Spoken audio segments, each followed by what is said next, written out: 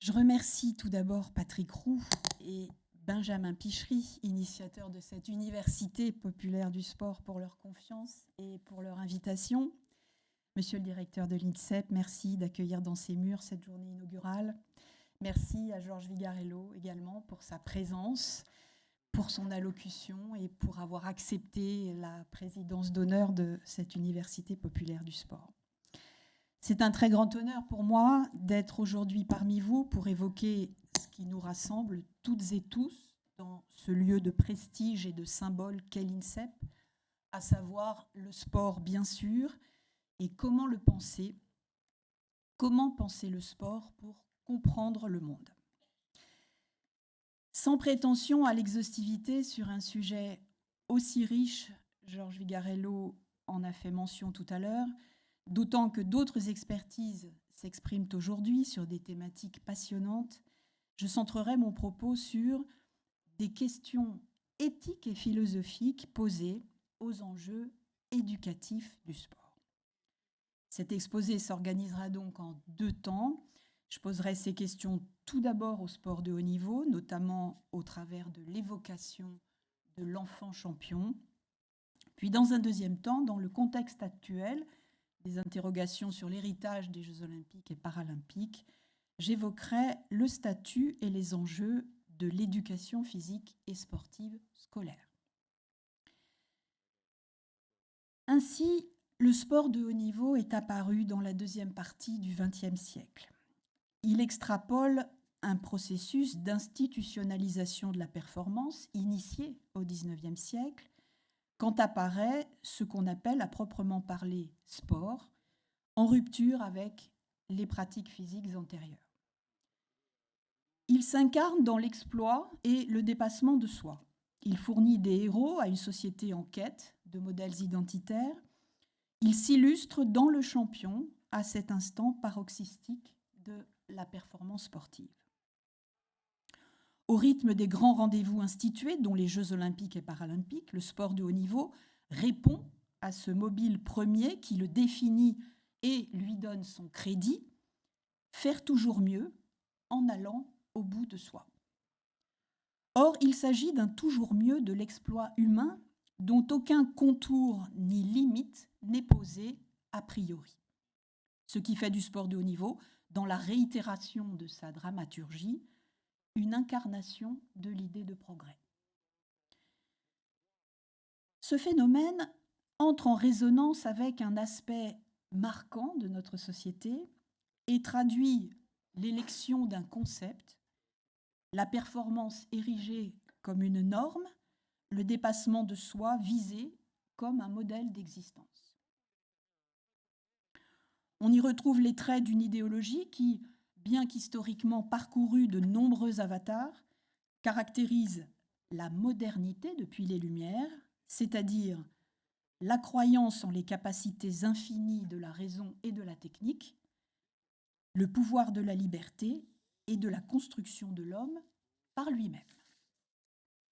On y voit aussi l'héritage d'une évolution des modes d'être et de penser qui n'a cessé de marquer nos sociétés et s'illustre dans ce qu'on va appeler une mutation anthropologique, à savoir notamment sur la base d'un allongement conséquent de l'espérance de vie dans les pays riches, faire du corps et de la santé l'objet d'une perfectibilité infinie.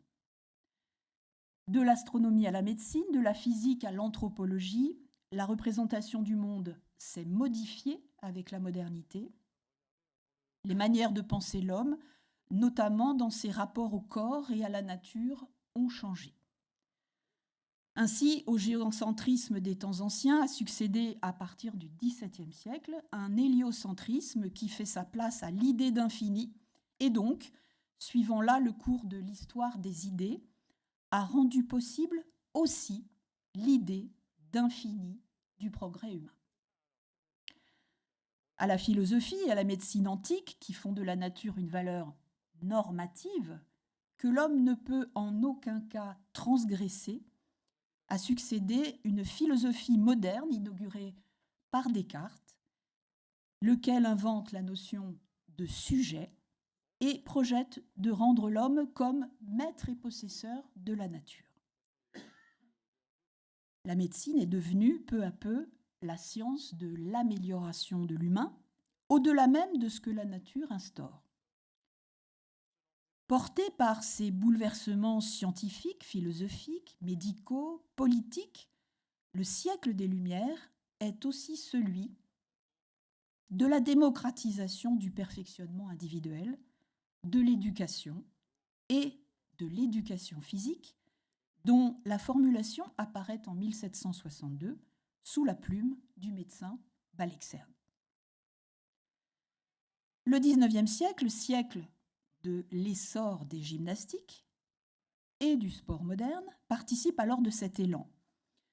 La quantification des aptitudes humaines, précurseur en cela de notre actuel quantified self, c'est-à-dire la mesure de soi par les objets connectés, témoigne d'une fascination pour leur optimisation autant que pour la norme.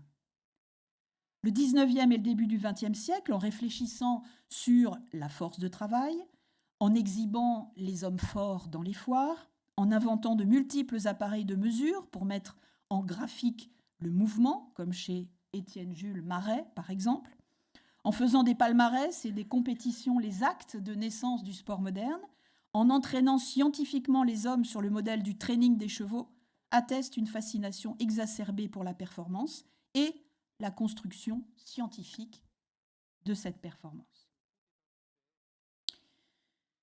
L'impulsion pédagogique, qui est à l'origine celle du sport, survient donc dans un contexte scientifique et social où l'étude du corps et de ses capacités ne cesse de se spécialiser. Le sport moderne s'est voulu un projet pédagogique initié à des fins politiques par Thomas Arnold lorsqu'il prend la direction du collège de rugby en 1828 et que mythifie 30 ans plus tard l'écrivain Thomas Hughes, par ailleurs inventeur de l'idée de chrétienté musculaire, dans son ouvrage Tom's Brown School Days. Sous la forme du football rugby puis du football, le jeu sportif est alors paré de vertus morales qui, rappelons-le, sont aussi des valeurs d'ordre et de hiérarchie sociale interprétées comme méritocratie. Développer le self-government, le respect d'autrui, la solidarité, l'émulation, le dépassement de soi. Son succès ne tarde pas, qui multiplie les sports et les exporte hors de l'Angleterre, séduit des observateurs tels que Coubertin ou Hippolyte Taine, et finalement consacre la compétition sportive comme mode de loisir privilégié, outil pédagogique et bientôt spectacle universel au XXe siècle. Le XXe siècle et aujourd'hui le XXIe siècle extrapolent cette quête protéiforme de la performance humaine, tout en faisant du sport de haut niveau un laboratoire expérimental. Aussi, quand des signes d'essoufflement de cette idéologie de la performance se font aujourd'hui sentir ailleurs dans la société, aménagement des rythmes scolaires, inquiétude quant à un stress social généralisé, le sport de haut niveau, même contesté par d'autres formes ou pratiques sportives, demeure sans conteste l'illustration du culte du dépassement de soi, qui est son essence même et reste sourd, d'une certaine manière, à tout contre-discours. En cela, il est un prisme particulièrement intéressant, à mon sens, pour étudier certaines tendances sociales. Il est une sorte d'éprouvette du social. On ne peut évoquer l'excellence sans évoquer l'ambivalence intrinsèque qui la caractérise, viser le bien et ou viser le mieux. Dans l'Antiquité, l'arêté, l'excellence donc, d'Homère et celle d'Aristote divergent dans leur représentation de la vertu. Plus haute excellence à laquelle un homme puisse atteindre, selon Homère, expression de prouesse physique et morale, l'arrêté qualifie les guerriers vainqueurs et par extension les athlètes capables d'exploits. Elle est chez Aristote, dans un tout autre contexte, l'expression d'une vertu morale caractérisée par la juste mesure, la juste proportion, la prudence, un juste milieu relatif à nous, dit Aristote, pour désigner ce qu'il compare à l'acte de viser le cœur de la cible, le kairos, justesse et moment convenable. On ajoutera que cette précision n'est pas sans s'assortir d'une certaine rareté, d'une exception. Aussi, lorsqu'on différencie l'excellence d'Homère et celle d'Aristote, n'oppose-t-on pas la performance à la médiocrité d'une banale retenue, mais bien la dimension de l'exploit dans une forme de démesure à la compréhension de la juste mesure comme sagesse. Les deux ne sont pas donnés à tous, c'est leur point commun. Elles posent toutefois les fondements d'une dualité féconde, autant pour la réflexion éthique que pédagogique. L'ambivalence de l'excellence s'incarne à proprement parler dans l'excellence corporelle à travers l'expérience de l'effort physique. L'effort physique, l'exercice physique en ses multiples formes, met en scène de manière emblématique une tension, le bien tend vers le mieux, l'effort appelle le dépassement de l'effort. Ce qui explique au passage que le dépassement de soi, s'il définit le champion, ne soit pas l'apanage du sport de haut niveau, bien des sportifs dits ordinaires en font l'expérience et le recherchent. Dans cette perspective, l'histoire des gymnastiques, de l'éducation physique et du sport, à partir des finalités inaugurales, militaires, médicales, pédagogiques, sportives ou athlétiques, atteste l'entrecroisement et l'ambivalence des intentions. La modernité confirme les traits de contradiction possibles. Ainsi s'accentue en France, au début du XXe siècle, la partition institutionnelle et théorique entre une éducation physique comme projet de développement global d'un individu et de son équilibre, bien que celle-ci se soit nourrie depuis la fin du XVIIIe des ambitions politiques et scientifiques d'optimisation de l'humain, et d'autre part un sport défini par la compétition et la performance comme par ses excès potentiels dans ces domaines. Le sport de haut niveau à proprement parler, c'est-à-dire cette sphère à part dans le milieu du sport, peu à peu différenciée non plus seulement en degrés, mais en nature du sport de masse, s'est développé dans la deuxième partie du XXe siècle, dans un contexte de médiatisation, de professionnalisation et d'universalisation croissante, caractérisée par l'extrême de sa performance exceptionnelle, ainsi que de ses conditions d'entraînement et de compétition, le champion apparaît aujourd'hui comme une sorte de prototype humain. Tous les paramètres de l'activité comme de l'existence sont optimisés en vue de la performance, matériels et matériaux, techniques gestuelles et entraînement, aspects médicaux, diététiques, psychologiques, data. La scientificité ne cesse de se perfectionner dans des laboratoires de plus en plus sophistiqués, donnant forme à des corps profilés, sculptés, on pourrait dire aussi surnaturés. Mais cet extrême interroge car il pointe aussi souvent l'excès et le déséquilibre. Les cadences infernales de l'entraînement et de la compétition usent les organismes. Le dopage, combattu sous l'angle de sa nocivité et sous celui de la tricherie, réfère aussi à un processus d'amélioration de l'humain et interroge sur les conséquences à venir de formes plurielles d'augmentation. Usage de prothèses toujours plus sophistiquées, manipulation génétique, implants de nanotechnologie. Pratiqué de manière systématique dans certains États ou dans certains sports, le dopage a produit et produit encore des désastres sur la santé des athlètes et sur leur progéniture.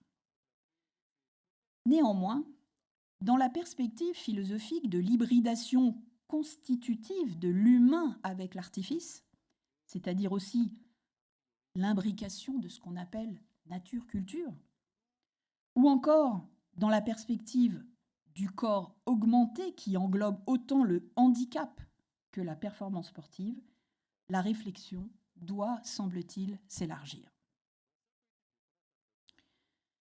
Peut-on imaginer un dopage qui nuirait moins ou pas à la santé des athlètes, voire un dopage contrôlé médicalement qui protégerait l'athlète dans l'effort extrême?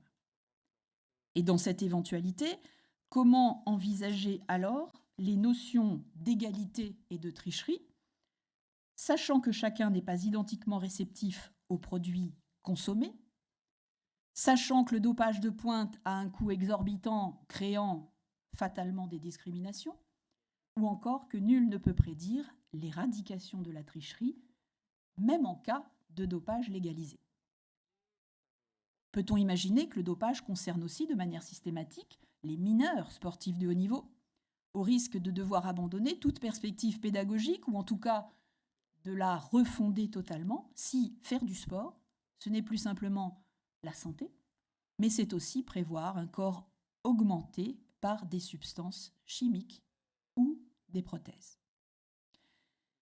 Les horizons de la manipulation génétique ajoutent aux troubles éthiques que provoque non pas simplement la manipulation technicienne de l'ordre compétitif, mais aussi celle de l'être humain par sa programmation.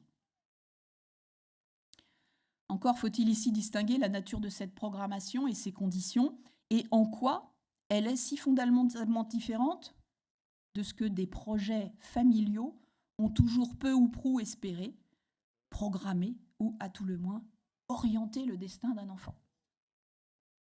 Ainsi, les polémiques engagées par la naissance en 2011 du premier bébé médicament, appelé bébé double espoir en France, illustrent un exemple de dilemme éthique que peut susciter le statut d'enfant programmé par la science.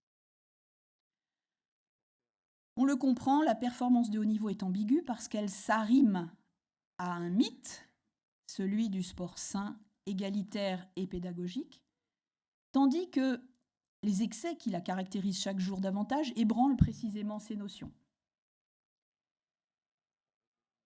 Problème identifié au sport et médiatisé au travers du sport, le dopage peut toutefois aussi apparaître comme la partie émergée d'une société tout entière axée sur le culte de la performance et sur les moyens d'y parvenir. Les consommations de drogues et psychotropes sont en constante augmentation, y compris chez les plus jeunes. La publicité alimentaire à grande écoute diffuse une culture de l'adjuvant confondant le bien-être et le mieux faire. N'importe quel yaourt, potage ou céréales est vendu sous l'argument qu'il est enrichi en quelque chose. En période d'examen et concours, les étudiants sont incités à consommer des produits anti-perte de mémoire ou anti-fatigue. On constate sans nul doute aujourd'hui l'accoutumance à cette idée qu'on ne peut pas être soi-même ou accomplir une performance, même banale, parler en public, à l'échelle de la vie quotidienne, sans la consommation d'un produit optimisant. Or, la dépendance psychologique à cette idée caractérise ce qu'on appelle l'attitude ou la conduite dopante. À l'ère de la Ritaline et du Prozac, on ne peut se suffire à soi-même sans consommer quelques produits, soutiens ou conditions de la performance sociale. Rien d'étonnant dès lors à ce que le sportif de haut niveau, qui est au cœur de ces interrogations, la performance, la sensation, le dépassement de soi, l'entretien d'un corps outil de travail, soit particulièrement réceptif à ce message dont l'ambiguïté sémantique est totale. Pour performer, il faut consommer les bons produits.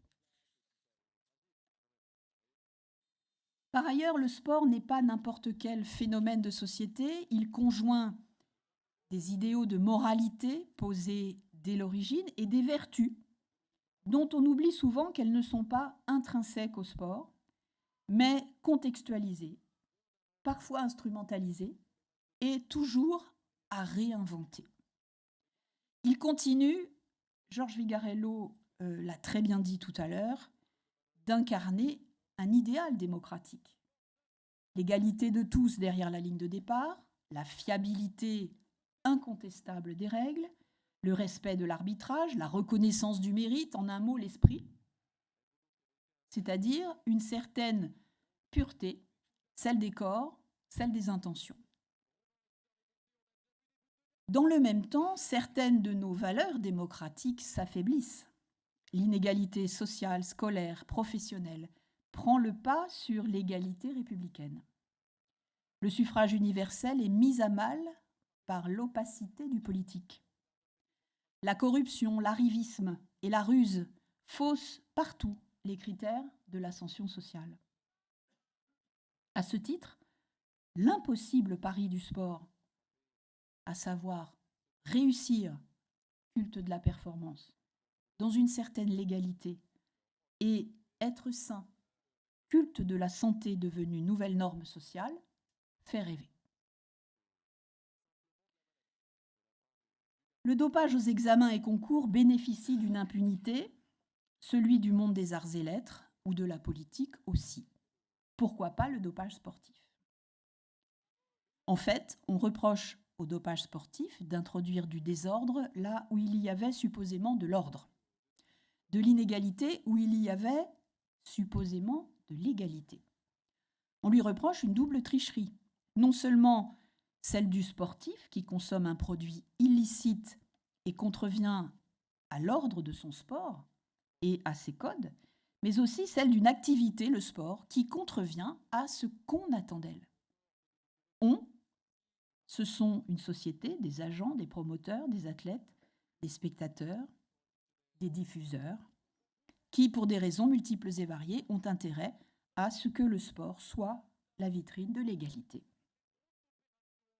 Parce que l'égalité est par excellence l'axe démocratique, l'axe spectaculaire, l'axe éthique.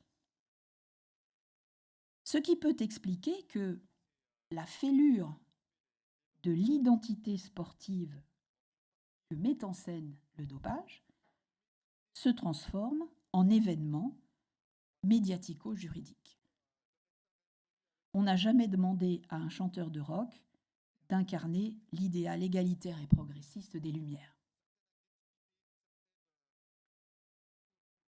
Le sport de haut niveau n'a plus rien de comparable, on l'a dit, avec le sport de masse ou le sport santé. Est-ce pour autant qu'il faut considérer les champions comme des mercenaires assumant en conscience tous les risques, à commencer par mettre leur santé ou leur vie en danger? Le sport de haut niveau emprunte parfois jusqu'à s'y dissoudre à la science médicale. Est-ce pour autant qu'on doit admettre que le champion soit un cobaye de laboratoire? Que penser enfin du modèle social que cet extrême propose? Icône du culte de la performance et d'une société basée sur la compétition de tous contre tous, doit-il inspirer notre rapport à la concurrence, à la performance quotidienne? Propose-t-il encore, de quelque manière, une vision éducative? Prendre acte que le sport de haut niveau déroge parfois au mythe du sport sain, c'est aussi s'interroger sur la définition de la santé et en quoi cette dernière peut jouer un rôle normatif. Ainsi, les nombreux usages que fait Georges Canguilhem de l'exemple du champion sportif pour illustrer son idée d'une santé comme, je cite, normativité qui fixe à la nature ses critères, ou d'une santé comme capacité adaptative, répondent en quelque sorte à l'enthousiasme de Coubertin, définissant le sportif par sa liberté d'excès. Cette définition canguilhémienne pourrait aussi laisser penser que tout est santé pourvu qu'on s'y adapte. Elle rejoint même l'idée nietzschéenne selon laquelle le génie peut naître de l'excès, voire de la maladie. Dans l'univers du sport, où la notion de règle a valeur ontologique, on peut toutefois se demander comment penser cette idée de l'individualité de la norme.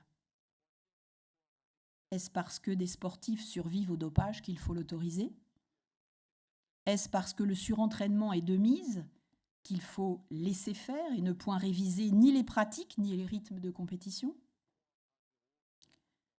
En la matière, et parce que le sport de haut niveau est une activité concurrentielle mondialisée, dont l'essence est constituée par le dépassement de soi, comment légiférer, en particulier sur l'entraînement, ces quantités de travail dont nombre d'études attestent aujourd'hui la nocivité et sur la précocité des athlètes.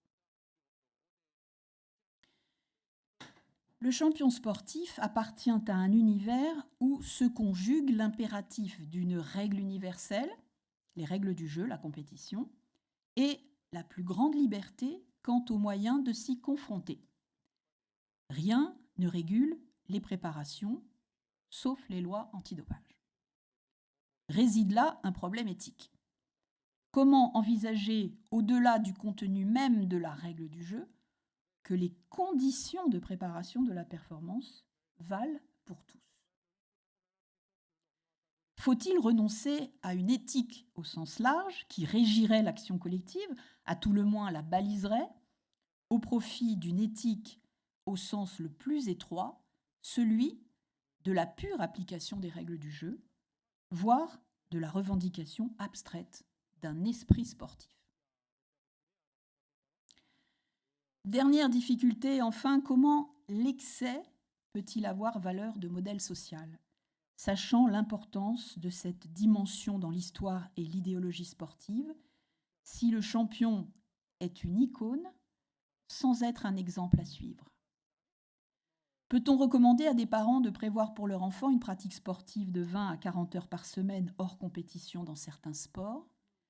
Et si ce choix est affaire individuelle, ne laisse-t-on pas ouverte la possibilité d'abus, d'instrumentalisation de l'enfance à des profits divers? La question, rappelons-le, se pose tout autant pour des enfants musiciens ou danseurs. Pierre-Frédéric Daled développe une approche qui réfère à des principes éthiques fondamentaux, bienfaisance, autonomie, consentement, non-malfaisance, paternalisme, susceptibles de gouverner l'action de l'éducateur. Mais la concurrence mondialisée du sport peut-elle répondre à ce type d'approche éthique ? Qui la fera appliquer ? Qui en sera garant ? Est-ce que ce n'est pas seulement le résultat qui compte du moment qu'il respecte les règles de la compétition sportive ?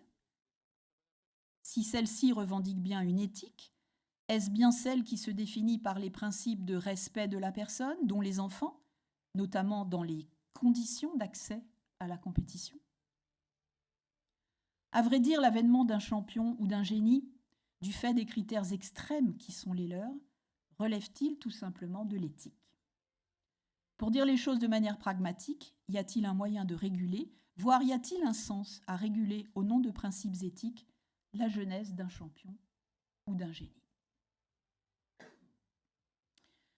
Les exemples sont nombreux d'enfants champions dont on s'interroge sur les conditions de vie et d'entraînement, en particulier dans des sports, qui cumulent les risques quant à leur potentiel d'instrumentalisation.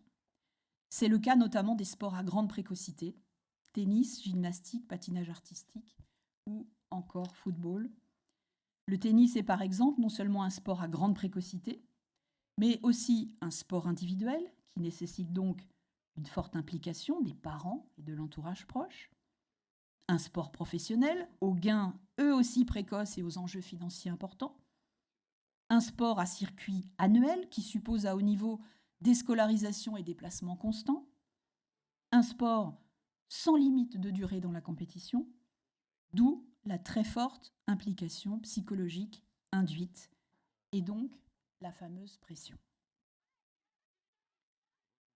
Au cours des dernières décennies, une kyrielle de champions de tennis ont ainsi témoigné de la posture de gourou qu'avaient adopté leurs parents pour le meilleur et pour le pire. Certains ont défrayé la chronique en évoquant des comportements abusifs à la limite de la maltraitance. À l'entraînement systématique, dès l'âge de 2 ou 3 ans, se sont ainsi couplés l'omniprésence du coaching, l'agressivité en compétition, une véritable programmation de la performance, voire de la naissance, dans le cas des sœurs Williams, incluant le contrôle de la vie privée. La liste est longue. Joueurs et joueuses giflés sur le court, dont aujourd'hui des vidéos circulent sur Internet. André Agassi, les yeux rivés sur une balle dans son landau et qui révèle avoir haï le tennis. Les Graf, Céleste, Pierce, Sharapova, les sœurs Williams, que des champions, que des réussites sportives. À quel prix? Avec quelle valeur de modèle? Avec quel impact sur d'autres familles et d'autres enfants bien plus nombreux qui, pour employer les mêmes méthodes, ne connaîtront rien du succès? Que penser du pari qui consiste à considérer que l'excellence ne tolère pas de juste milieu synonyme de médiocrité et qu'au final, elle comporte des risques, y compris celui de briser vie ou carrière? D'autres athlètes, dont les plus médiatisés en France sont Isabelle de Mongeau ou Angélique Cauchy dans le tennis, mais aussi Sarah Abitbol dans le patinage artistique, Simone Biles aux États-Unis, ont révélé des violences sexuelles exercées par des entraîneurs dont dépendait leur réussite sportive et révélé de graves phénomènes d'emprise.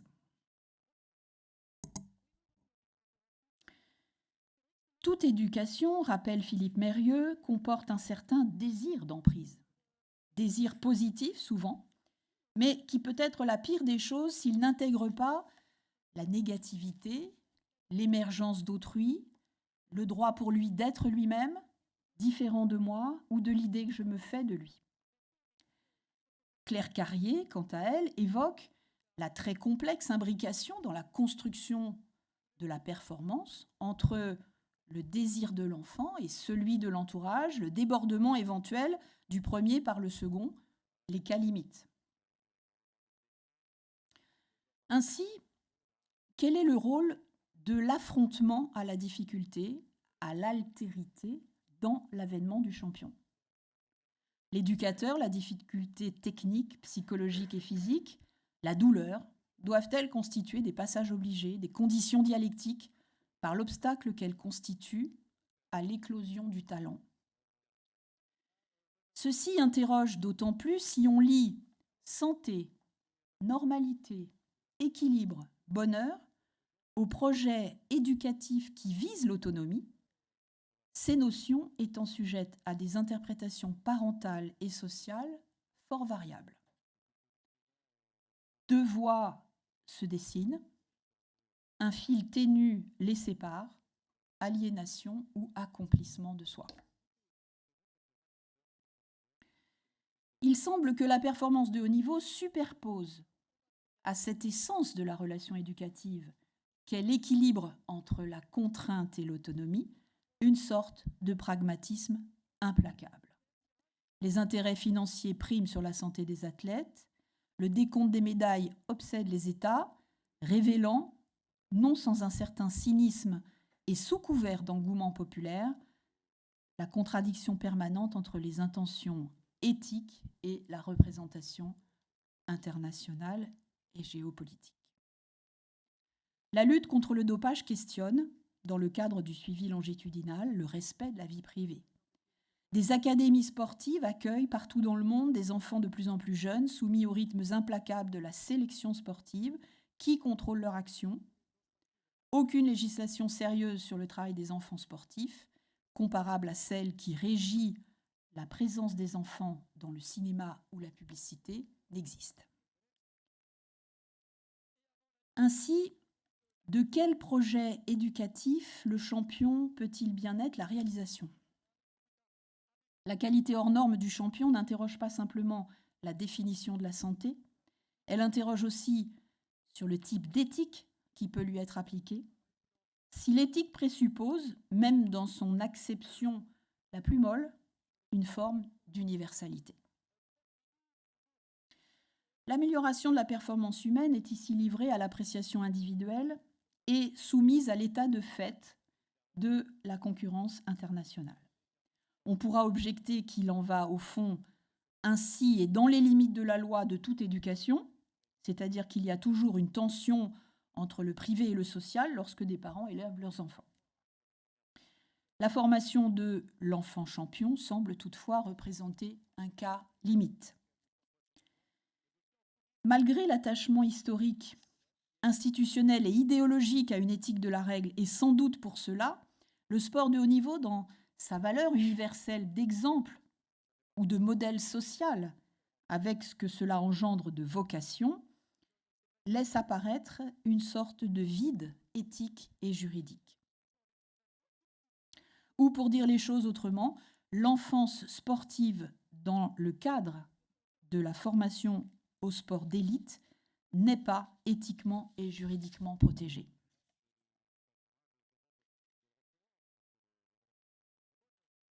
Pour conclure cette première partie, je dirais donc que le constat de l'intensité croissante des conditions d'entraînement et de compétition conduit bien à voir aujourd'hui dans le sport de haut niveau un laboratoire expérimental de l'amélioration de l'humain. Par là, des questions éthiques surgissent quant aux limites, s'il y en a, de ce processus qui inclut non seulement les techniques d'entraînement et la sophistication des matériels, mais la pratique du dopage, l'usage possible des nanotechnologies ou des exosquelettes, la manipulation génétique. Ainsi, la lutte antidopage menée par les instances dirigeantes du sport se heurte, sans parfois toujours en évaluer la portée, à des questions posées sur les plans philosophiques, éthiques et médicaux, par l'amélioration de l'humain dans toutes ses conséquences. Comment penser la performance d'un sportif équipé de prothèses si celle-ci devient meilleure que celle des sportifs valides ? Doit-on anticiper un nouveau rapport au handicap ?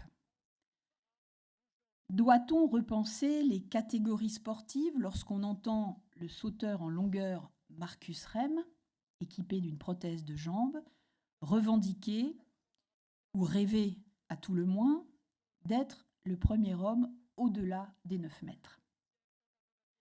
Peut-on envisager que le sport avec prothèse batte les records du sport dit valide ?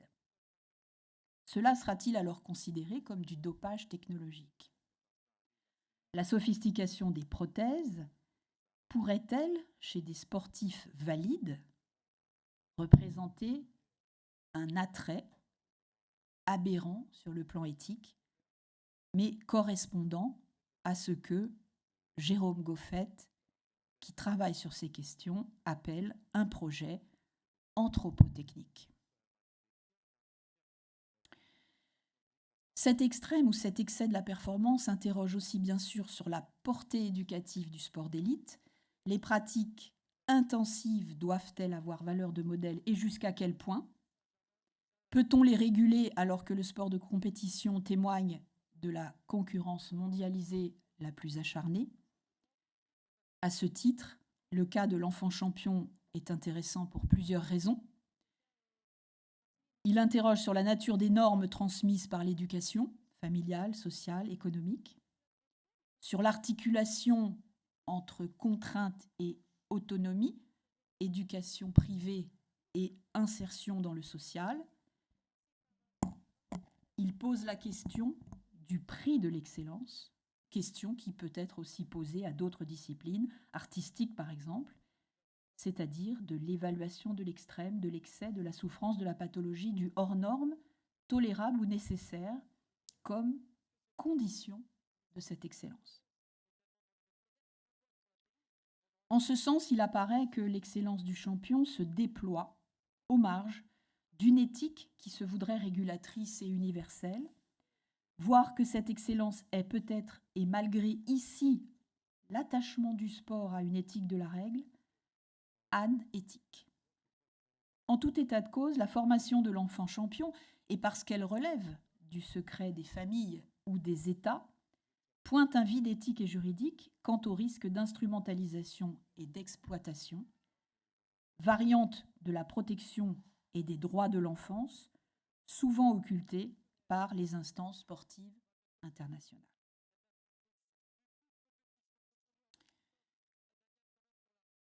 Dans un deuxième temps de mon exposé, toujours relativement à des enjeux éducatifs, et à l'autre bout du spectre en quelque sorte, dans le contexte actuel des interrogations sur l'héritage des Jeux olympiques et paralympiques, je souhaiterais à présent évoquer le statut et les enjeux de l'éducation physique et sportive scolaire.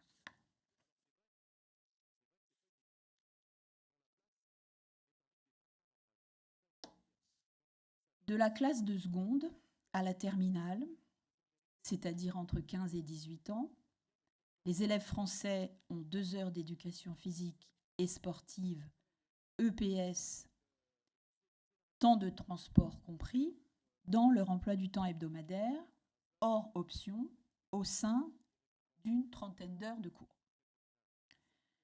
Cette portion congrue, de 4 heures à l'entrée au collège, se réduit vite à 3 heures dès la 5e, puis à 2 heures au lycée, comme si la place de ces apprentissages corporels, mais pas que, dans l'enseignement rétrécissait contre toute logique apparente, tandis que nos enfants deviennent des préadolescents puis des adolescents et de jeunes adultes.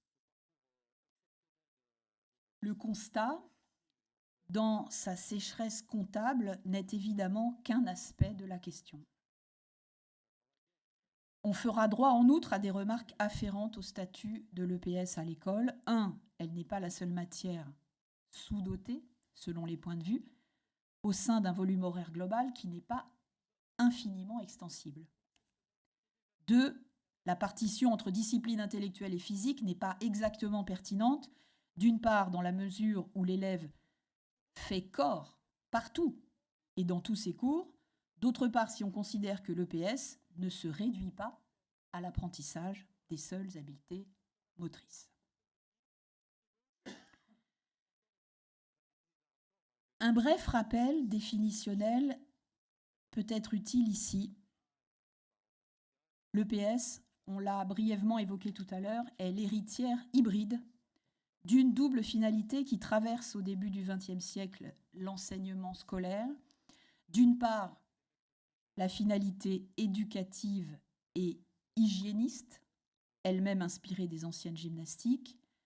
D'autre part, la finalité sportive, issue du coubertinisme et promouvant la compétition. Cette bipolarité, qui fut parfois conflictuelle, tend à se diluer aujourd'hui dans le succès sémantique du sport. Ainsi, l'évocation courante, mais impropre, du sport à l'école.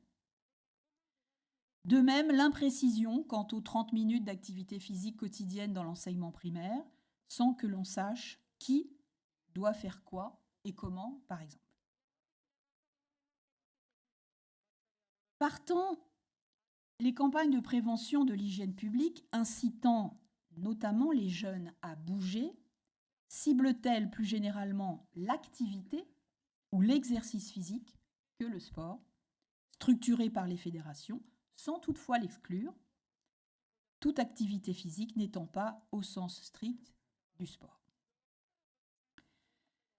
La reconnaissance insuffisante, à mes yeux, vous l'aurez compris, de l'EPS dans le système scolaire n'est pas à la hauteur des enjeux.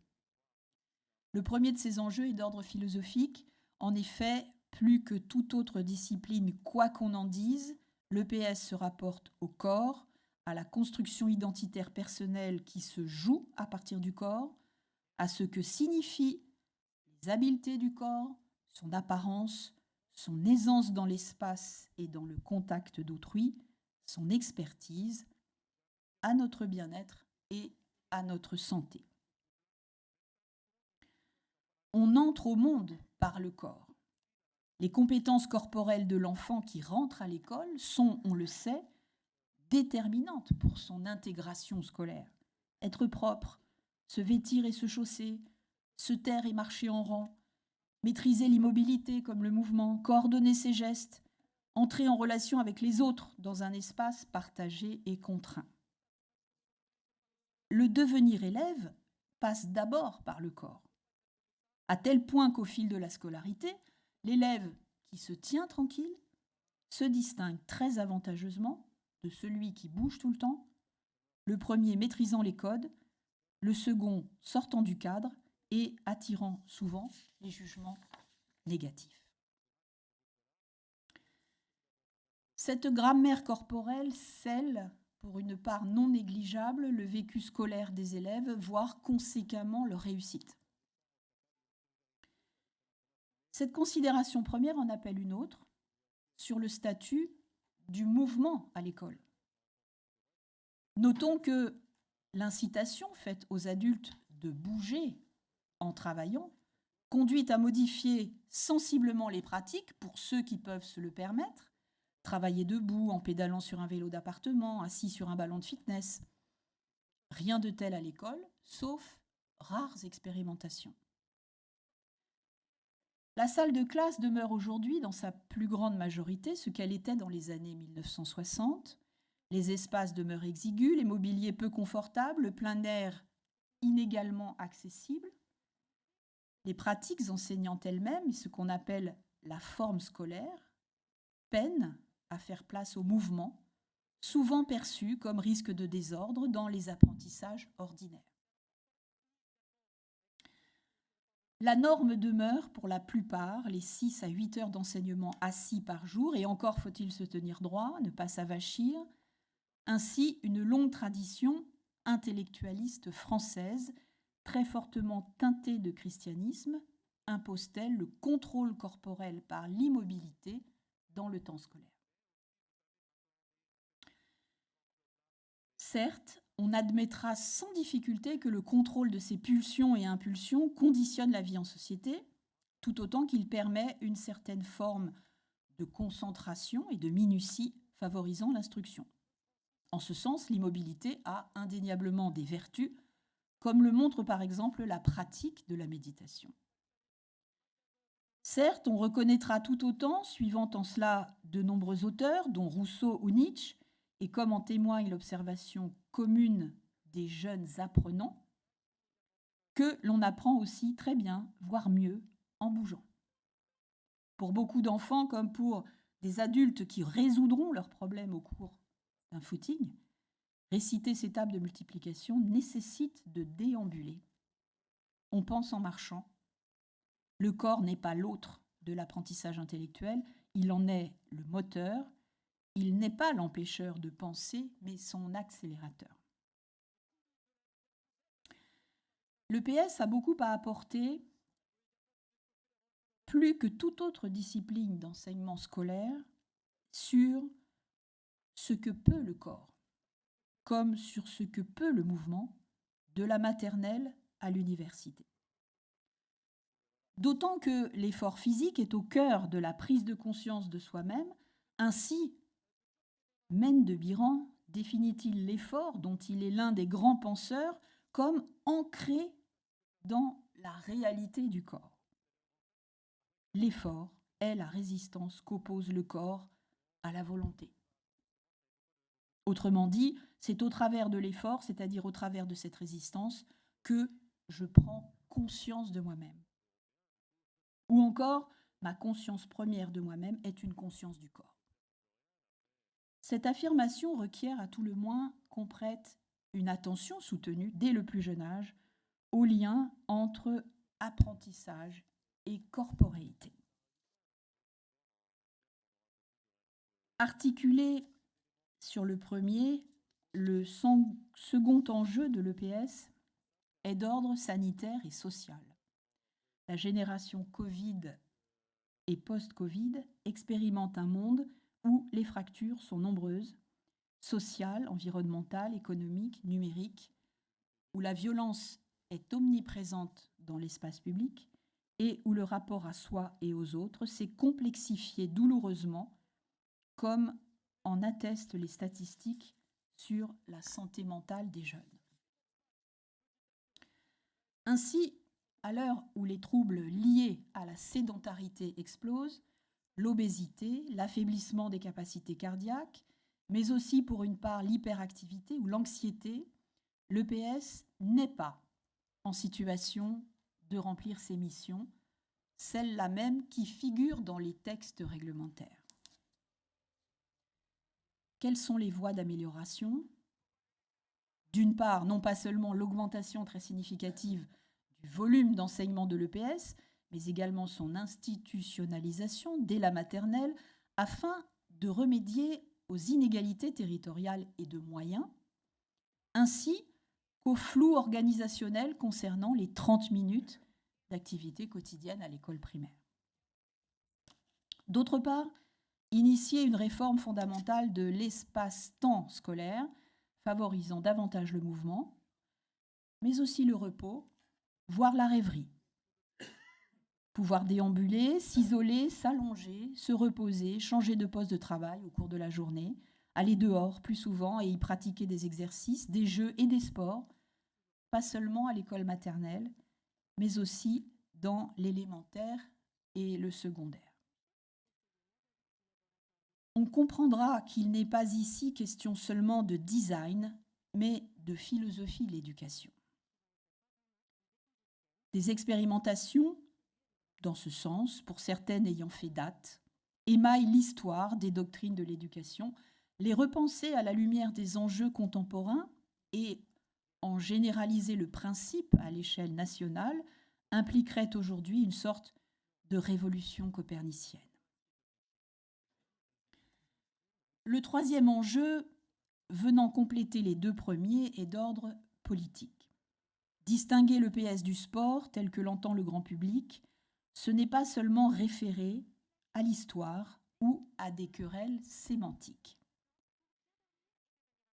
C'est distinguer l'enseignement dû à tout élève de la République de ce qui, hors le sport scolaire, il est vrai, organisé au sein des établissements, dépend de l'environnement culturel et familial, du temps et des moyens financiers dont les familles disposent pour pratiquer du sport et y impliquer leurs enfants. Autrement dit, l'EPS répond à la promesse républicaine de l'égalité des chances. Ce n'est pas rien, surtout quand on sait que les handicaps sociaux pesant sur les compétences intellectuelles et physiques des élèves sont perceptibles dès l'entrée en maternelle. Cette dimension est cardinale. Rappelons que beaucoup d'enfants n'ont pas d'autre expérience sportive qu'au travers de l'EPS ou des médias. C'est à l'école que tout commence, au regard des enjeux que nous avons décrits, c'est là que tout doit commencer. Il ne suffit pas d'inciter à bouger ou d'énoncer les vertus du sport comme un mantra, l'apprentissage de l'effort et du dépassement de soi, de la victoire et de la défaite, du partage et de la solidarité. Il ne suffit pas d'insister sur le devoir d'inclusivité du sport.